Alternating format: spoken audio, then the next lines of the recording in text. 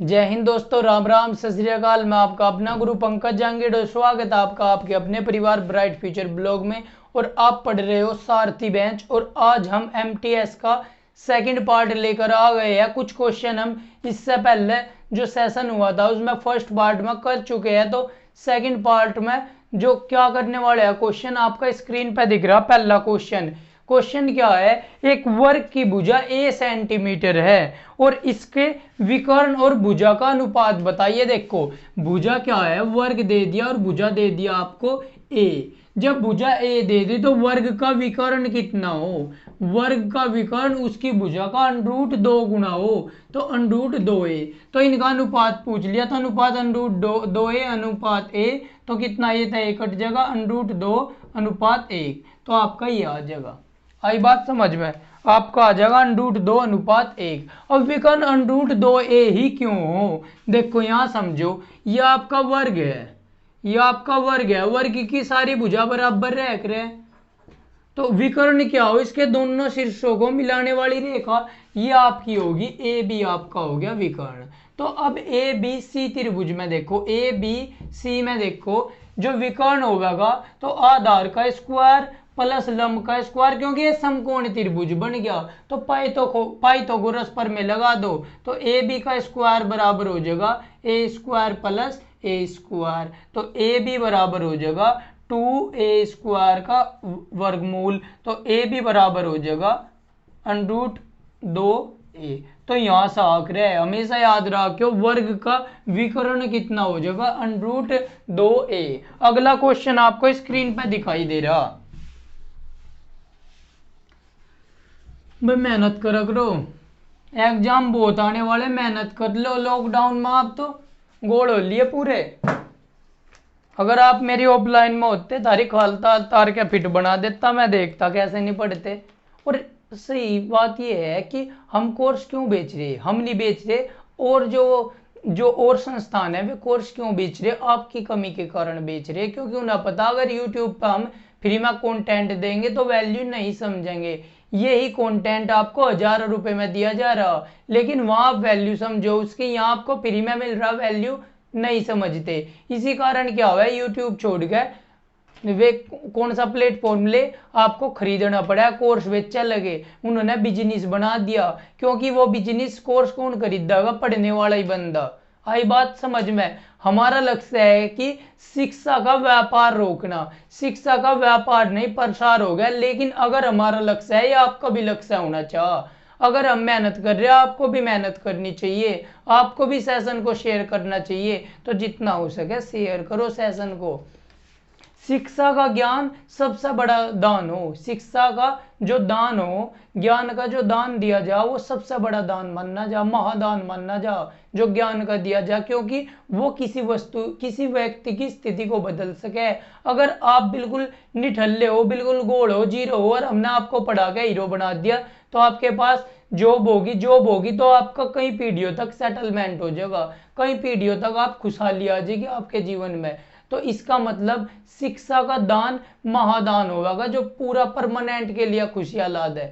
अगर मैं किसी को खाना खिलाऊंगा एक समय के लिए, वो भूख उसकी शांत हो जाएगी, लेकिन दोबारा लगेगी। अगर किसी को कपड़ा दूंगा एक समय के लिए, वो भी फट लगा। तो जो शिक्षा होती है वो महादान माना गया। स्वामी विवेकानंद ने कहा अपनी पुस्तक कर्मयोग में, कर्मयोग हो या ज्ञान योग, दो पुस्तक लिख रखी स्वामी विवेकानंद ने, एक कर्मयोग और एक ज्ञान योग। पढ़ के देखो, आपका सोचने का नजरिया बदल जाएगा, आप पूरा व्यक्तित्व बदल जाएगा, आपके व्यक्तित्व में निखार आ जाएगा। आई बात समझ में। तो थोड़ा सीरियस हो गए, लेकिन मैं पहले ही बोल लूँ कि मेरी क्लास में सीरियस होने की तो जरूरत नहीं, लेकिन एक तो सीरियस वो नहीं होना कि पढ़ाई के प्रति सीरियस नहीं हो रहे हम, एक हो कि पढ़ते समय सीरियस नहीं होना, एकदम खुशी खुशी में पढ़ना, चेहरे पर खुशी के साथ। आई बात समझ में। एक हो कि पढ़ाई के प्रति सीरियस नहीं होना आपको, तो पढ़ाई के प्रति तो रहो आप सीरियस, लेकिन मेरी क्लास में रहो खुश, गंभीर ना हो। आई बात समझ में। लेकिन पढ़ाई से ही आपका रास्ता, आपकी सफलता का रास्ता, जब पढ़ोगे जब ही तो मिलेगी सफलता। अगला क्वेश्चन दे रखा, कौन सी राशि 2 वर्षों में 8% प्रति वर्ष की दर से 24,000 24,494.40 रुपये हो जाती है। कितना है? 8% वार्षिक, 8% वार्षिक ब्याज दर है, कहीं की चक्रवृद्धि ब्याज है, चक्रवृद्धि चक्रवृद्धि ब्याज है। चक्रवृद्धि ब्याज का मतलब क्या हो? ब्याज पे ब्याज लगता रहे, 8% चक्रवृद्धि ब्याज दर से कोई राशि दी और वह लास्ट में जाके कितनी होगी? 24,494.40 रुपए की होगी। तो हमें बताना कि मूलधन कितना है, हमें बताना कि मूलधन कितना है और समय कितना है। समय है आपका 2 वर्ष। अब देखो, इस तरह में जब किसी एक ही ऑपरेशन पर दूसरा ऑपरेशन काम करे, इसका मतलब एक बार ब्याज ले लिया हमने और ब्याज लेने के बाद जो हमारे पास धन आया उस पर दोबारा ब्याज ले लिया। इसका मतलब एक बार तो मूलधन पे तो ब्याज लिया ही है, लेकिन जो ब्याज आया, जो हमें पहले साल ब्याज मिला उस पर भी ब्याज ले लिया। इसका मतलब यह ब्याज पे ब्याज ले रहा हो, ब्याज पे ब्याज ले रहा, तो एक दूसरे के ऊपर ऑपरेशन लग गया। एक बार परसेंटेज लगा के ब्याज ले लिया, दोबारा उस ब्याज पे भी परसेंटेज लगा के दोबारा फिर ब्याज ले लिया, वो चक्रवृद्धि ब्याज। और ऐसी सिचुएशन में हम क्या कर रहे हैं? सक्सेसिव केस लगा देख रहे, सक्सेसिव केस लगा देख रहे। अब सक्सेसिव केस क्या हो देखो समझो। ब्याज दर कितनी? 8%।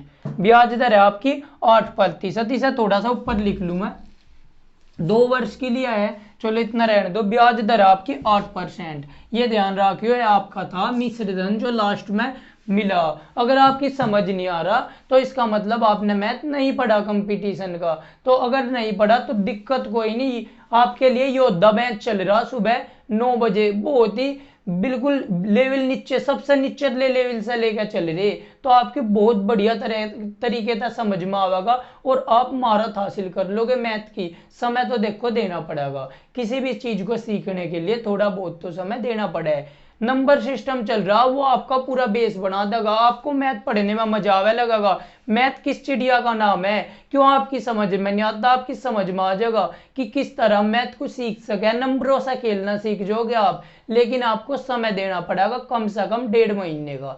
1.5 महीने तक सेशन चलेगा नंबर सिस्टम का, जो आपकी पूरी नींव तैयार कर लेगा। लेकिन ये मेरी गारंटी, अगर आपने डेली लगातार पूरा सेशन देख लिया ना, वो आपने लगातार नंबर सिस्टम का पूरा सेशन देख लिया ना, एक भी छुट्टी नहीं मारनी, हर क्लास देखनी रेगुलर, तो आप गणित को सीखने से आपको कोई नहीं रोक सकता। आप महारत हासिल कर लोगे, आप गणित के योद्धा होगे, 100 में से 100 कवर करोगे हर एग्जाम में। तो देखो, मिश्र धन इतना था, ब्याज दर आपकी कितनी? 8%। अब सक्सेसिव केस लगा देंगे, 8% कितना हो? 8% आपका हो, 8/100 भी तो लिख सकूं, यानी कि 4 दूनी 8 और 4 तक काटेंगे 25। 25 रुपए पे कितने रुपए मिले उसे ब्याज के रूप में? 2 रुपए। यानी कि अगर मूलधन 25 था, बाद में कितना हो गया? 27। लेकिन 2 वर्षों तक हुआ आयु, तो 25 से 2 12 27, 25 25 625। अगर मूलधन 625 था तो आपको टोटल ब्याज कितना मिलना था? टोटल मिश्र धन कितना मिलना था? 27 27 729, 729 मिलना था। आई बात समझ में? लेकिन आपको कितना मिला? आपको मिला 24,494.40। तो आप कह सको आपकी 729 यूनिट है इतने के बराबर, और ये आपका मूलधन था, तो 625 यूनिट आप निकाल लोगे। 625 यूनिट आप निकाल लोगे। कैसे निकाल लोगे? मार्कर बदल लूं मैं, इंटरेस्ट शायर है रंग बिरंगे में तारा। देखो, 729 यूनिट आपका कितना हो गया? ये हो गया 24,494.40। 24,494.40, 625 यूनिट निकालनी, तो 1 यूनिट होगी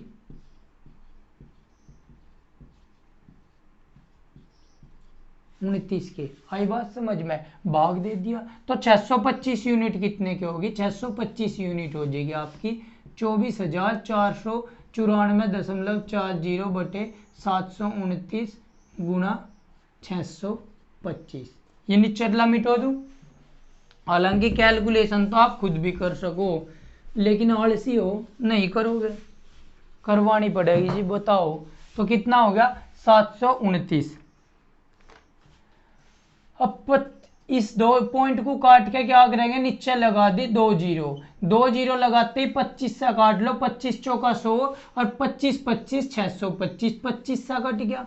आई बात समझ में। अब 4 से काट लो, ऊपर लिखो संख्या 4 छिकी 24, 4 एकम 4, 4 दूनी 8, 1 4 ते 12, 2 4 छिकी 24, ये आ गया आपका बटे 729 गुणा 25। अब 729 था पूरा कट जाएगा, लेकिन आप पहले कहीं से काट लो, 9 से काट लो, 9 8 72, 9 एकम 9, इसे 9 से काट लो, 9 सते 63 ज्यादा हो जाएगा, 9 छिकी 6 नम 54, 9 छिकी 54, बचे कितने 7 बचेंगे, तो 9 8 72, 9 चौक 36, ये आ जाएगा आपका। अब दोबारा 9 से काट लो, 9 नम 81, अजीब से 9 से काटोगे, 9 छिकी 9 सते 63, बचेंगे कितने आपके, बचेंगे 63 में तो 5 50 हो जाएगा, 9 पंजे 45, 5 9 छिकी 54, 6 नम 54 होना है, तो 7560, 7560 बटे 9 गुणा 25, इसे फेर के 9 से काट लो, 9 8 72, 3 9 चौक 36, तो 840 गुणा 25 कितना आ जाएगा, 840 गुणा 25 का मतलब है 25 0 0, 25 चौका 100 की 0 हाजिर लगे 10, 25 अट्ठे 200 और 10 हो 210, तो 21,000 आपका आंसर आ गया। तो मूलधन आपका कितना था, मूलधन आपका था 21,000, 21,000 ही आएगा। 25 0 0, 25 चौका 100 हासिल लगे 10, 25 अट्ठे 200, तो 210, 21,000 आपका इसका आंसर आ गया। और दोबारा बता दूं, ये एसएससी एमटीएस का प्रीवियस ईयर पेपर चल रहा है, इसका एक पार्ट हम कर चुके, उसमें हम 12 क्वेश्चन करे थे, आज 13 क्वेश्चन और करे लग रहे, ठीक है, तो 2 पार्ट में बना दिया जिससे सेशन ज्यादा बड़ा ना हो। अगला क्वेश्चन दे दिया और x और y का अनुपात दे दिया 7:11, दो संख्या है, दो संख्या मान ली x और y है, तो दो संख्याओं का अनुपात आपको कितना दे दिया 7:11, या पहली संख्या या दूसरी संख्या, और उनका आपको में से दे दिया, महत्तम समापवर्तक आपको में से दे दिया इनका 13, तो ले से बताना, हमेशा एलसीएम जो ले से जो में से गुना से है भाज्य संख्या, सहभाज्य संख्या ही तो ये दिन के बीच एचसीएफ 1 हो, वही तो सहभाज्य संख्या हो, तो को प्राइम फैक्टर और में से की गुणा कर लो, में से 13 गुना को प्राइम फैक्टर 7 गुना 11, 13 7 91 गुना 11, तो कितना हो जाएगा 1 9 1 10 की 0 हासिल लगा 1 9 1 10, 1001 आ जाएगा आपका एलसीएम। आई बात समझ में। आप 11 की गुणा करनी भी सिखाऊंगा आपको, लेकिन आप डटो तो सही, देखो तो सही सेशन को, आपको बिल्कुल योद्धा बना दूंगा, महारत हासिल करोगे। अगले पे चलो ना, आपको अर्जुन बना दिया। अर्जुन क्या था, द्रोणाचार्य जो उसके गुरु थे ना, द्रोणाचार्य, उन्हें भी वो हराने की पावर रखा था, उन्हें हराने की क्षमता रखा था, तो इसी तरह आपको बना दूंगा, मेरे से ऊपर जाओगे, मुझे बहुत खुशी होगी जब आप मेरे से ऊपर जाओगे, मेरे से ज्यादा नॉलेज आपके अंदर होगी, तो पढ़ो तो सही, रेगुलर पढ़ो, जरूर होगी। मैं भी अपने टीचर को देख के सोचा करूँ था कि ऐसा इतनी नॉलेज पता नहीं कब होगी, हमें तो हो ही नहीं, लेकिन ऐसा नहीं होता, करत करत अभ्यास जन्मति होत सुजात, तो जितना अभ्यास करोगे तो आपकी क्या हो जाएगी, ले आ जाएगी आपके व्यवहार में, आप सीख जाओगे सारी चीजें, ठीक। अगर किसी रस्सी को, कुएं पर रस्सी देखी होगी, पहले रह रहते हैं जो कुएं, रस्सी क्या रहती, कुएं की दीवार को भी काट देती, रस्सी कमजोर हो, ईंट मजबूत हो, पत्थर को भी काट देती एक रस्सी। आई बात समझ में। तो आप तो इंसान हो, इंसान ने तो जो कुछ सोच लिया कर सके, तो थोड़े मेहनत करो, आप कर सको, हताश हो गए ना बैठो, प्रयास करो, आपका प्रयास ही आपको सफलता दिलावेगा। अगला क्वेश्चन आपको दे दिया, क्या दे दिया, सिवान 19 किलोमीटर प्रति घंटे की दर से चलता है, 665 मीटर की दूरी तय करने में कितना समय लेगा। स्पीड के दे दी, स्पीड दे दी 19 किलोमीटर प्रति घंटा, 19 किलोमीटर प्रति घंटा, और 665 मीटर की डिस्टेंस कवर करने में कितना समय लेगा। आपको स्पीड तो दे दी इतनी और डिस्टेंस दे दी 665 मीटर। अब आप एक बात देख रहे होगे, ये तो है आपका किलोमीटर में, ये आपका मीटर में, तो सबसे पहले इसे भी मीटर में बदलो। मीटर में बदलने के लिए क्या कर रहे हैं, देखो बड़ी है किलोमीटर, बड़ी यूनिट है, बड़ी यूनिट से छोटी यूनिट में बदलोगे तो ऊपर छोटी संख्या नीचे बड़ी संख्या, तो 19 गुना 5/18 कर लिया। आई बात समझ में। तो टाइम कितना हो जाएगा, टाइम बराबर हो जाएगा डिस्टेंस अपॉन स्पीड, 665/19 गुना 5/18, तो 18 चला जाएगा ऊपर। लेकिन ये समय कहीं में है या आपका सेकंड में, आपको निकालना मिनट में, तो 60 तक भाग दे दोगे, 60 तक भाग दे दिया, 6 दाम के 60, 36 18, 3 आ जाएगा। 5 तक काट लो, 5 कम 5 हासिल लगा 1, 5 15 हासिल लगा 1, 5 15। आई बात समझ में। 133, 19 सत्ते 133 हो, 19 सत्ते 133, तो 7 21/10 आ जाएगा आपका। 10 दूनी 20, 2 सही 1/10 मिनट आ जाएगा, 2 सही 1/10 मिनट। आई बात समझ में। अगला क्वेश्चन आपको दे रखा 180 मीटर लंबी रेलगाड़ी। अगला क्वेश्चन देखो, 180 मीटर लंबी रेलगाड़ी है और किसी लड़के को पार कर रही, लड़का भी रेलगाड़ी की दिशा में ही चल रहा। देखो जो ट्रेन की लंबाई है, लेंथ है, कितनी है, 180 मीटर। 180 मीटर लंबी रेलगाड़ी है और 20 मीटर प्रति सेकंड की स्पीड से चल रही, 20 मीटर प्रति सेकंड की स्पीड से चल रही। लड़का भी गाड़ी की दिशा में 10 मीटर प्रति स्पीड तक चल रहा, तो एस टी हो गया ट्रेन की स्पीड, या एस बी होगी बोए की स्पीड 10 मीटर प्रति सेकंड। जब दोनों एक ही डायरेक्शन में चलक रहे हैं तो घटा देख रहा है, लड़का भी इधर को चल रहा, ट्रेन भी इधर को चल रही, तो सापेक्ष चाल क्या हो जाएगी इनकी, लड़के को या थोड़ी कम स्पीड तक जाती हुई दिखाई देगी, क्योंकि चाल हमेशा सापेक्ष होती है। तो इसका मतलब रियल चाल कितनी हो जाएगी, 20 में से 10 घटा देंगे, 10 मीटर प्रति सेकंड। यह बात आ गई।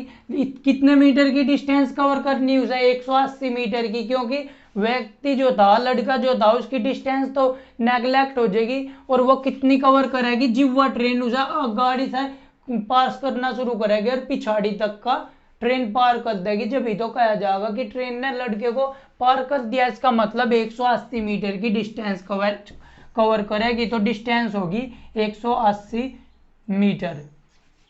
समय पूछ लिया तो टाइम हो जाएगा 180/10, 180/10, 18 सेकंड में वह लड़के को पार कर देगी, 18 सेकंड में वो लड़के को पार कर देगी। अगला क्वेश्चन देखो, आपकी स्क्रीन पर दिखाई दे रहा, कोशिश करो करने की, तब तक मैं पी लूं पानी।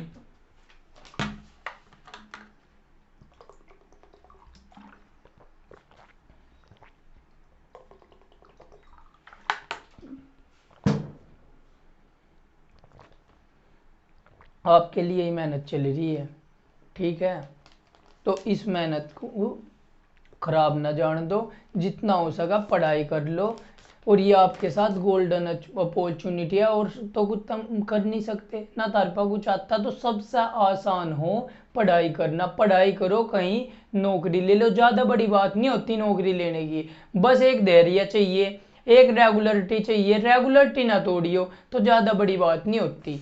आई बात समझ में। तो कौन सा क्वेश्चन आ गया, अगला क्वेश्चन आ गया आपका, छठा क्वेश्चन है, 6 रुपए में एक वस्तु, यदि एक, अच्छा 16 रुपए में एक वस्तु खरीदता है, वो 16 रुपए में एक वस्तु खरीदता है। एक वस्तु कितने रुपए में खरीदता है, 16 रुपए में एक वस्तु खरीदता है। यदि वह 1 दर्जन खरीदा है और खरीदने के बाद उसे 160 रुपए देने पड़े, एक वस्तु तो के लिए तो देने पड़े 16 रुपए, 16 रुपए प्रति वस्तु, एक वस्तु के लिए 16 रुपए देने पड़े। अब उसने खरीद ली 12 वस्तु, वास्तव में 12 वस्तु कितने रुपए की आनी चाहिए थी, 12 छिक 72 हासिल लगे 7, 12 कम 12 और 7, 192 रुपए की आनी चाहिए थी। लेकिन अगर वो 12 वस्तु खरीद है तो उसे 160 रुपए ही देने पड़े। यानी कि क्या मतलब हुआ, ये आपका होगा, उसका हो गया सेलिंग प्राइस, छूट मिलगी उसे 192 रुपए की चीज उसे कितने में मिलगी, 160 रुपए में मिलगी। तो कितनी छूट मिली, उसे मिलगी 32 रुपए की छूट। कहीं पे मिलेगी 192 पे, 100 पे कितनी, 192 रुपये थी, 160 देने पड़े तो 32 रुपये की छूट मिल गई। 192 पे 100 पे कितनी, तो कहीं से काट लेंगे, 4 से काट लेंगे, 4 चौक 16, 4 अठे 32 और 4 अठे 32, 8 छंग 48, 100/6 यानी कि 50/3 भी कर सकूं मैं। 50/3, 16 × 48, 16 सही 2/3% की छूट मिलेगी। 16 सही 2/3% की। फिर देख लो कितने की छूट मिली, 32 की 192 पे। तो 4 तक काट लेंगे, 4 अठे 32, 4 चौक 16, 3 हासिल के बचे तो 32, 4 अठे 32, 8/48 हो गया, 8 छंग 48, 100/6। आई बात समझ में, 100/6 यानी कि 50/3। 17 थी 51 हो और इनने निकटतम पूछी, तो अगर यहाँ 51 होता पूरा 17 ही नहीं आ जाता के, तो निकटतम कितनी होगी, 17% छूट होगी निकटतम। तो आपका आंसर कितना हो जाएगा, 17%, क्योंकि 16 सही 2/3 उसने दिया नहीं। अगला क्वेश्चन देखो, अब स्क्रीन पर आ रहा अगला क्वेश्चन, फटाफट कर दो, फटाफट फटाफट, आग लगा दो, आग, लाइक ठोको लाइक, जय महाकाल। ठीक है, आगे होगी दासू सर की याद। तो पढ़ो तो सही, रोले देने से कुछ नहीं होगा, पढ़ो आप, मेहनत करो। अब वह आग मैं ना जलाऊं, आपके अंदर जलती रहनी चाहिए एक जॉब लेने के लिए। ठीक है, समझे। अगला क्वेश्चन देखो, 15 सेंटीमीटर त्रिज्या के एक पित्तल के गोले को, पित्तल का एक गोला है जिसकी त्रिज्या कितनी आपकी, उसकी त्रिज्या आपकी दे दी 15 सेंटीमीटर, त्रिज्या दे दी 15 सेंटीमीटर। आई बात समझ में, त्रिज्या दे दी 15 सेंटीमीटर। पित्तल का गोला है 6 mm व्यास के एक तार को, इस 15 सेंटीमीटर गोला दिया था, इसे पिघलाया और एक तार खींच दिया, जिसका व्यास कितना है, व्यास है इसका 6 mm। जब व्यास 6 mm है, डायमीटर 6 mm है, तो इसकी त्रिज्या हो जाएगी 3 mm। तार की त्रिज्या कितनी हो जाएगी, 3 mm। तो R2 3 mm होगी, R1 15 mm हो, 15 सेंटीमीटर होगी। तो तार कितना लंबा तार खींचा जा सके ये पूछ लिया। अब देखो, इसका आयतन और इसका आयतन बराबर होगा, क्योंकि गोले को पिघला के ही तो तार बनाया गया, तो आयतन बराबर होगा। इसका मतलब गोले का आयतन 4/3 पाई r की घात 3, R1 की घात 3, 4, और इसका क्या हो, बेलन का आयतन कितना हो, पाई r² h। पाई था तो पाई आपका कटी जाग रहा है, तो 4/3 पाई R1 की घात 3, तो 4/3। यह है सेंटीमीटर में, और हमारे से सेंटीमीटर में ही पूछी, तो हम mm में नहीं बदले, सेंटीमीटर में ही रखेंगे, गुणा 15 की घात 3 बराबर हो जाएगा r²।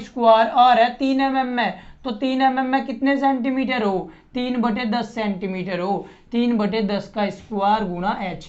h की वैल्यू निकालनी आपको। अब देखो, ऊपर कर दूं, इसे मिटो दो,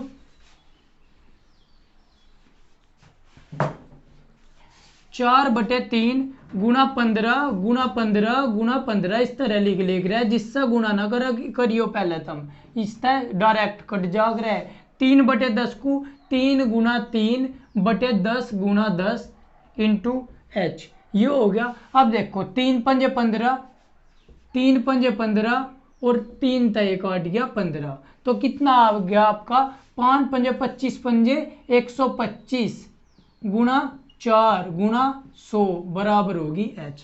तो 125 चौक का कितना हो, 500 गुणा 100 यानी कि 50,000। तो कितना हो गया, 50,000। कहीं में ले रहे थे सेंटीमीटर में, तो ये आ जाएगा 50,000 सेंटीमीटर लंबा तार बन जाएगा। इस गोले को पिघला कर अगर तार को हम बनावेंगे, 50,000 लंबा तार बन जाएगा। अब 8वां क्वेश्चन देखो, इससे अगला क्वेश्चन। ठीक है, अगर उतारना हो तो वीडियो को रोक कर उतार लिया करो, थोड़ा जल्दी सा चलेंगे। 8वां क्वेश्चन देखो, क्या दे दिया, 5 का स्क्वायर, 5 का स्क्वायर प्लस 6 का स्क्वायर प्लस 30 का स्क्वायर, ये दे दिया 5 का स्क्वायर, 6 का स्क्वायर, 30 का स्क्वायर बराबर है x स्क्वायर के। तो x की वैल्यू बतानी है आपको। 5 पंजे 25 हो जा, 6 छंग 36 हो जा, और 30 हो जा 900। तो अब देख लो, 25 और 36 कितने हो गए, 50 और 4 5 11 61 हो जाएंगे।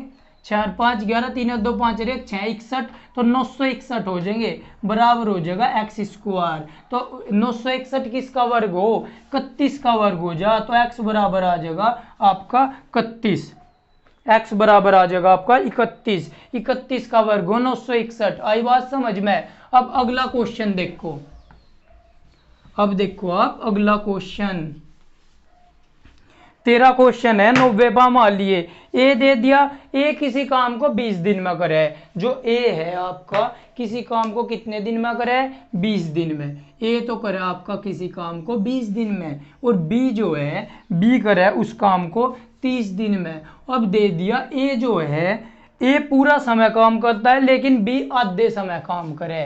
पहला तो देखो इसका कार्य निकाल लो, पूरा कार्य कितना हो जाएगा 60। अगर ये 2 यूनिट काम करेगा, 20 30 60, तो ये 30 दूनी 60, ये 3 यूनिट काम करेगा तो ये 2 यूनिट काम करेगा। अब इसने बोला कि बी आधे समय तक ही काम करे, इसका मतलब टी तो पूरे वो ए तो पूरे समय तक काम करे, पूरा समय मान लेंगे हम टी। तो टी समय में कितना काम कर लेगा, ये 3t काम कर लेगा, क्योंकि एक दिन में इकाई समय में 3 यूनिट काम करे, इसकी एफिशिएंसी आ गई। ये इकाई समय में 2 यूनिट काम करे, तो टी समय में कितना काम करेगा 3t। ये आधे समय में कितना काम करेगा, आधा समय कितना हो जाएगा t/2, 2 गुना t/2, और बराबर काम कितने के हो जाएगा 60 के। तो 2 था 2 कट जाएगा, 3t और t कितना हो जाएगा 4t, बराबर हो जाएगा आपका 60। तो t बराबर आपका आ गया 15। इसका मतलब पूरा काम कितने दिन में समाप्त हो जाएगा, 15 दिन में समाप्त हो जाएगा, पूरा काम 15 दिन में समाप्त हो जाएगा। अब अगला क्वेश्चन देखो आपका 10वां क्वेश्चन, 13 क्वेश्चन सारे ही है, तो 3 क्वेश्चन बच गया आपके। गर्मी हो रही बेहद, पंखा करना पड़ा है बंद क्योंकि आपको आवाज आएगी।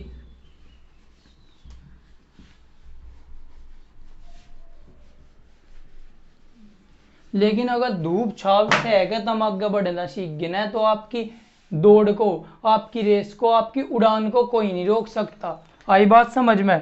तो 10वां क्वेश्चन देखो, 15 वस्तु खरीदी हमने, कितनी वस्तु 15 वस्तु, और प्रत्येक वस्तु 70 रुपए प्रति वस्तु के अकॉर्डिंग खरीद ली।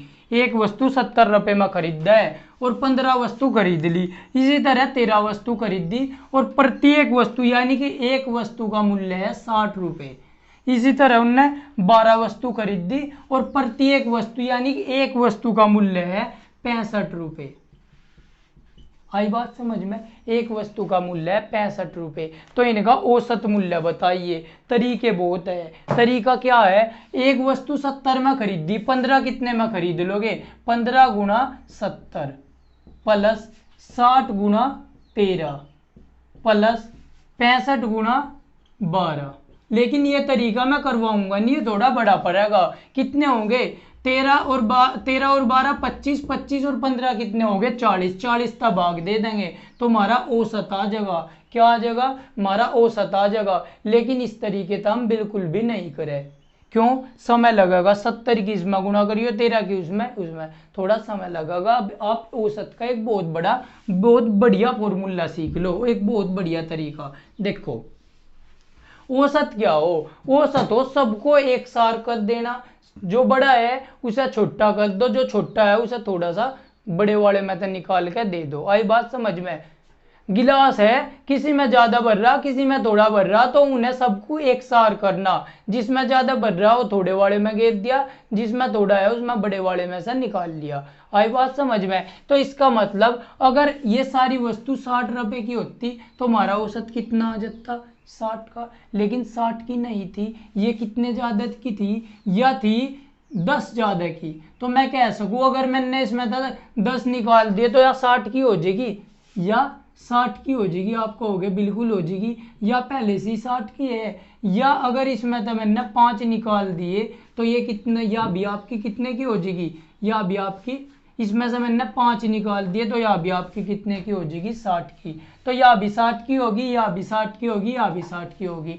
लेकिन जब एक वस्तु में था 10 निकाल ले तो 15 वस्तु में था कितने निकलेंगे, आप कहोगे 15 वस्तु में था 150 निकल जाएंगे। आई बात। तो यंता तो 150 रुपये हमने निकाल लिए। यंता एक वस्तु में था 5 रुपये निकले, 12 में था कितने लिख रहेंगे आपको हो गए 12 पंजे 60 रुपये निकाल लिए। तो टोटल कितने रुपये निकाल लिए 210 रुपये निकाल लिए। तो ये 210 भी तो इन्हीं में बटेंगे, कितनी वस्तुओं में बटेंगे इन सारियों में बटेंगे। ये सारी कितनी है 12 और 13 कितने हो गए 25, 25 और 15 हो गए 40। तो 210 रुपये 40 वस्तुओं में बटेंगे। तो एक वस्तु को कितना मिल जाएगा 210 बटे 40। तो 4 पंजे 20, 5.25 आ जाएगा। तो 60 तो मान ही लिया था, इसमें 5.25 और जोड़ दो तो आपका हो जाएगा 65.25, यानी कि 165 रुपए की एक वस्तु पड़ेगी। अगला देखो आपका क्वेश्चन, अगला क्वेश्चन, 2 क्वेश्चन रह गए, लाइट भी चली गई कोई बात नहीं, आपके 2 क्वेश्चन रह गए। ये हो देख लो,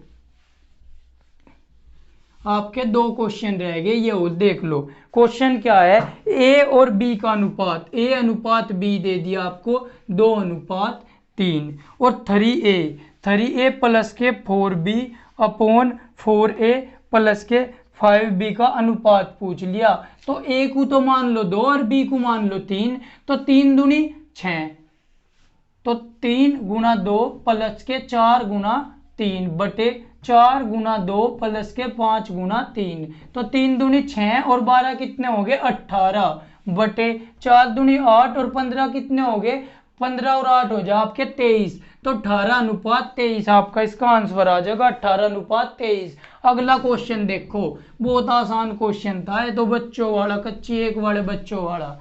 ठीक, आपको नौकरी चाह तो ये क्वेश्चन तो आप चुटकियों में कुटने पड़ेंगे।